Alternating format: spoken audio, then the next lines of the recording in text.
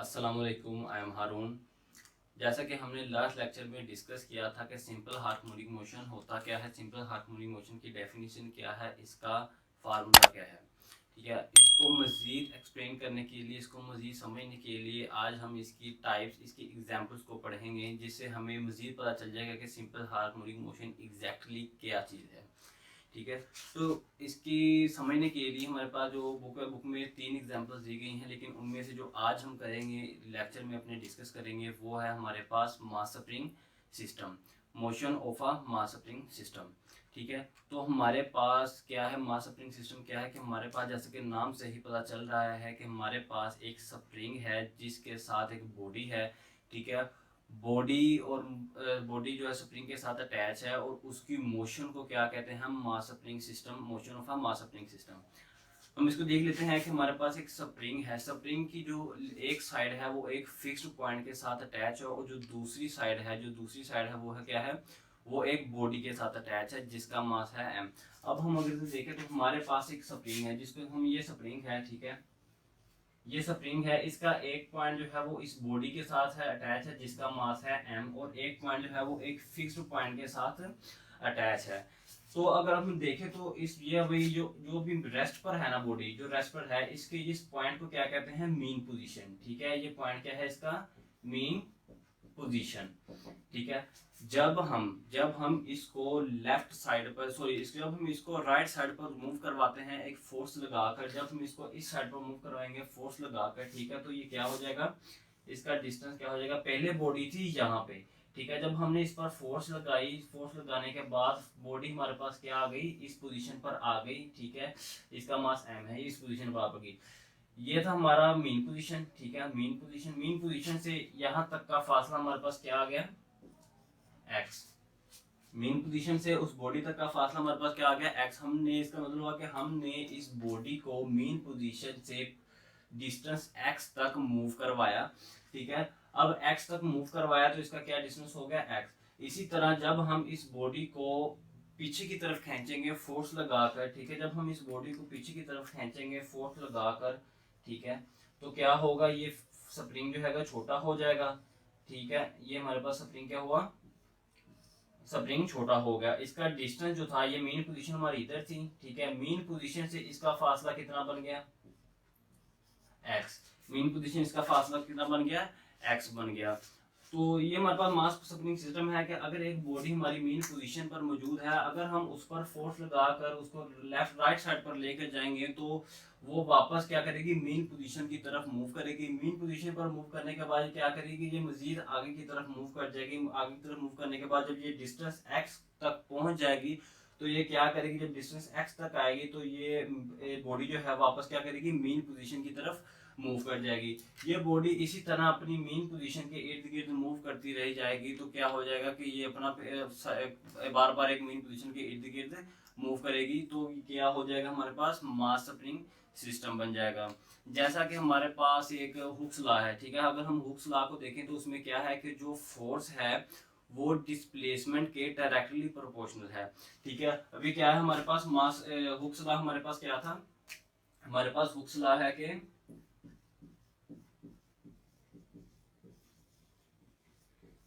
Hooke's law हमारे पास क्या है कि जो फोर्स है वो डिस्प्लेसमेंट के डायरेक्टली प्रोपोर्शनल है। उसका फार्मूला हमारे पास ये बनता है कि F is equal to minus K x.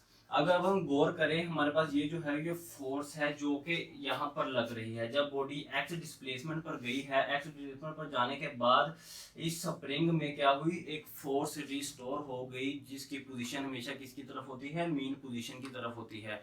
ठीक है, उस फोर्स, रिस्टोर फोर्स को हम क्या कहते हैं, रिस्टोरिंग फोर्स कहते हैं, और यही जो फोर्स जो है वो रिस्टोरिंग फोर्स है। ठीक है, ये फोर्स हमारे पास क्या होगी, इस फोर्स को हम क्या कहते हैं, रिस्टोरिंग फोर्स। ठीक है, ये जो x है हमारे पास, ये x हमारे पास ये डिस्टेंस है जो हमने इसको पहले जब मूव करवाया राइट की तरफ तो हमारे पास ये डिस्टेंस आया, जब हमने राइट की तरफ मूव करवाया तो हमारे पास ये डिस्टेंस आया। तो ये डिस्टेंस हमारे पास है। जो स्प्रिंग में चेंज आया है, स्प्रिंग की लेंथ में जो चेंज आया है उसे हम क्या कहते हैं, एक्स। एक्स हमारे के पास क्या है, इसको हम ये कहते हैं कि डिस्टेंस मूव्ड, या हम इसको कह सकते हैं कि change in length of a spring. इसको हम यहाँ लिख लेते हैं change in length of a spring, change in length of a spring, या हम इसको कहेंगे डिस्टेंस मूव्ड।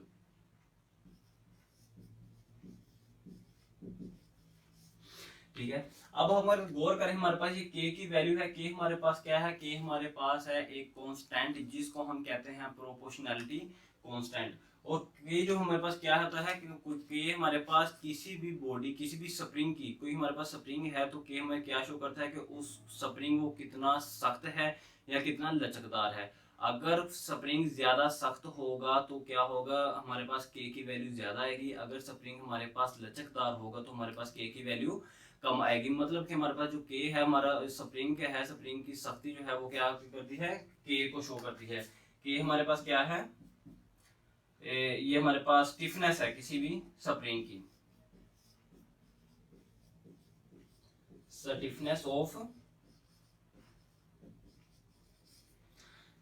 Of spring. और अगर हम इसमें देखें तो हमारे पास एक नेगेटिव साइन शो किया गया है जो कि ये शो कर रही है कि अगर फोर्स जो है हमारे पास इंक्रीज हो रही है तो हमारे पास डिस्टेंस भी इंक्रीज होगा। अगर फोर्स कम हो रही है तो डिस्टेंस भी हमारे पास कम होगा। और नेगेटिव साइन शो करता है कि अगर इंक्रीज हो रही है तो फोर्स इंक्रीज के साथ डिस्प्लेसमेंट भी इंक्रीज हो रहा है, लेकिन in opposite direction. Negative sign जो है हमें उसकी डायरेक्शन को शो कर रहा है कि अगर फोर्स हमारे पास ये डिस्प्लेसमेंट था, जब हमने ये बॉडी को हमने इस डिस्टेंस पर लेकर आए हैं, यहाँ पर इस डिस्टेंस पर लेकर आए हैं एक्स डिस्टेंस पर, तो डिस्टेंस हमारे पास किस डायरेक्शन में हुआ, इस डायरेक्शन में। लेकिन जो इसमें फोर्स भी स्टोर हुई है उसकी डायरेक्शन हमारे पास क्या है, टुवर्ड मीन पोजीशन। मतलब कि अगर बॉडी हमारे पास इस डायरेक्शन में जा रही है, बॉडी की मूवमेंट डिस्प्लेसमेंट जो है इस डायरेक्शन में है यहाँ पर, तो ये बॉडी का जो रिस्टोरिंग फोर्स है, स्प्रिंग की रिस्टोरिंग फोर्स है जो इस बॉडी पर लग रही है,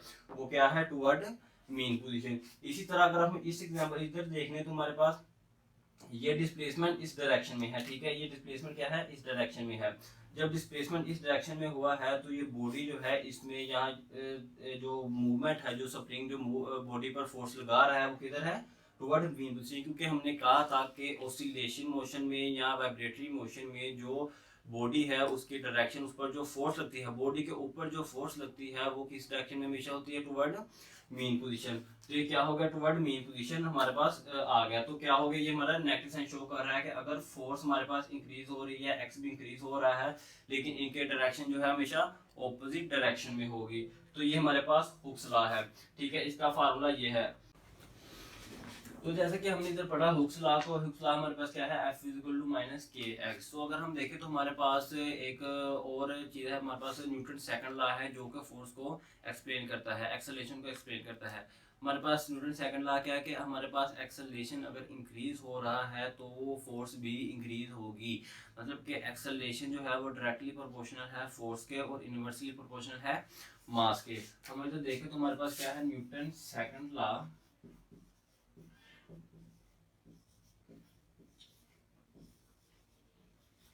न्यूटन सेकंड लॉ हमारे पास क्या है कि हमारे पास एक्सेलरेशन है वो डायरेक्टली प्रोपोर्शनल है एफ के, और हमारे पास इनवर्सली प्रोपोर्शनल है एक्सेलरेशन एम के। इट मींस कि हमारे पास जो एक्सेलरेशन हुआ वो हुआ is equal to F over M, और F is equal to M A. अगर हम इसे देखें हमारे पास f is equal to M A है और इधर हमारे पास f is equal to minus K X है। अगर हम इन दोनों को कंपेयर करें, इन दोनों को कंपेयर करने से क्या होगा, हमारी जो इक्वलिटीज है वो इक्वल आ जाएंगी दोनों। ठीक है, हमारे पास ये है कि M A is equal to minus K X. हमने इन दोनों को कंपेयर किया तो हमारे पास ये इक्वेशन बन गई। अब अगर हम इसमें देखें तो हमारे पास जो हमारे पास x की वैल्यू है, ठीक है, हमारे पास a की वैल्यू हम इधर से निकाल लें। हमारे पास a है, a इज इक्वल टू, हम m को इधर ले जाएं तो हमारे पास क्या बन जाएगा, माइनस के ओवर एम एक्स। अब हम अगर इसमें देखें तो हमारे पास a भी कांस्टेंट है और m भी कांस्टेंट है। क्योंकि ये दोनों कांस्टेंट है तो हम इसको प्रोपोर्शनैलिटी में दूसरे डायरेक्टली प्रोपोर्शनल में लिख सकते हैं कि हमारे पास a क्या हो गया, डायरेक्टली प्रोपोर्शनल किसके आ गया,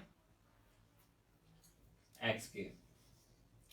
ठीक है, ये हमारे पास एक इक्वेशन बन गई कि a डायरेक्टली प्रोपोर्शनल है माइनस एस के। इट मींस के अगर एक्सेलरेशन इंक्रीज होगा तो हमारे पास जो डिस्टेंस होगा हमारे पास सॉरी हम अगर हमारे पास डिस्टेंस इंक्रीज होगा तो हमारे पास क्या होगा, एक्सेलरेशन भी इंक्रीज होगा। डिस्टेंस कम होगा तो एक्सेलरेशन भी कम होगा। जैसा कि हमने पहले भी एग्जांपल में पढ़ा था कि हमारे पास ये बॉडी थी, ठीक है, स्प्रिंग के साथ लगी हुई, तो ये बॉडी थी, ठीक है। जब इसको हमने इधर मूव करवाया, देखिए ये देखिए हमारे पास अगर हमने इसको इधर मूव करवाया, ठीक है, डिस्टेंस बढ़ा, डिस्टेंस बढ़ा, डिस्टेंस के बढ़ने से क्या हुआ, हमने क्या पढ़ा था कि डिस्टेंस इंक्रीज होगा, डिस्टेंस इस डायरेक्शन में लगेगा तो फोर्स क्या होगी, इंक्रीज करेगी, लेकिन ऑपोजिट डायरेक्शन में। जब ऑपोजिट डायरेक्शन में फोर्स इंक्रीज होगी तो क्या होगा, जब फोर्स इंक्रीज होगी तो क्या होगा, एक्सेलरेशन भी इंक्रीज होगा उसी डायरेक्शन में।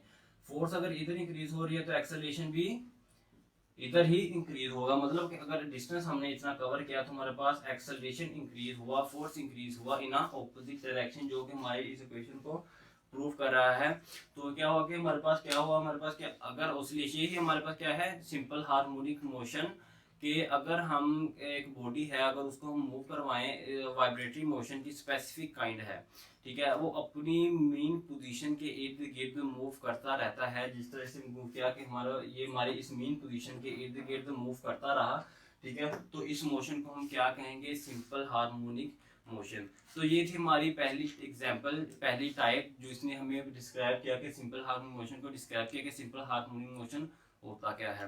इंशाल्लाह मजीद हम इसकी नेक्स्ट टाइप जो है अगले लेक्चर में डिस्कस करेंगे, ठीक है। और सिंपल हार्मोनिक मोशन का इंट्रो जो है उसका लिंक डिस्क्रिप्शन में मौजूद है।